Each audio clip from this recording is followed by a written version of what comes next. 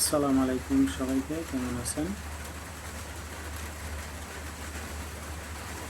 বর্তমান যে ভারত এবং পাকিস্তানের যে একটা যুদ্ধ পরিস্থিতি, এটা খুবই টেনশনের একটা বিষয়। যুদ্ধ কখনোই একটা দেশকে শান্তির দিকে নিয়ে যেতে পারে না। যুদ্ধ সবসময় যেই দেশ করে এবং তার প্রতিবেশী দেশ সবাই এটা নিয়ে সাফার করে। আমরা চাইব যে দুই দেশই শান্ত থাকুক এবং এই যুদ্ধ পরিস্থিতি থেকে তারা বেরিয়ে আসুক। যুদ্ধ কখনোই সমাধান হতে পারে না।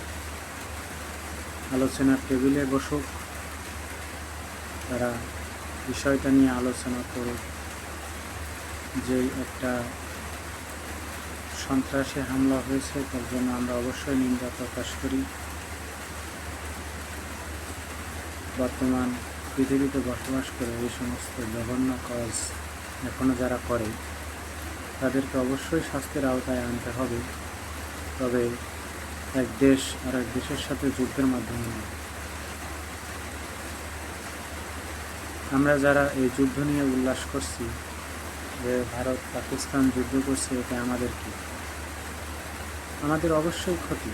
আপনি দেখেন, এখান থেকে কয়েক হাজার কিলোমিটার দূরে ইউক্রেন এবং রাশিয়ার যুদ্ধ হলো। সেই যুদ্ধে কিন্তু পুরো পৃথিবী ছাপার ফেলল। আর ভারত এবং পাকিস্তান যদি যুদ্ধ করে তো অবশ্যই এটা নিয়ে পুরো পৃথিবী ছাপার করবে।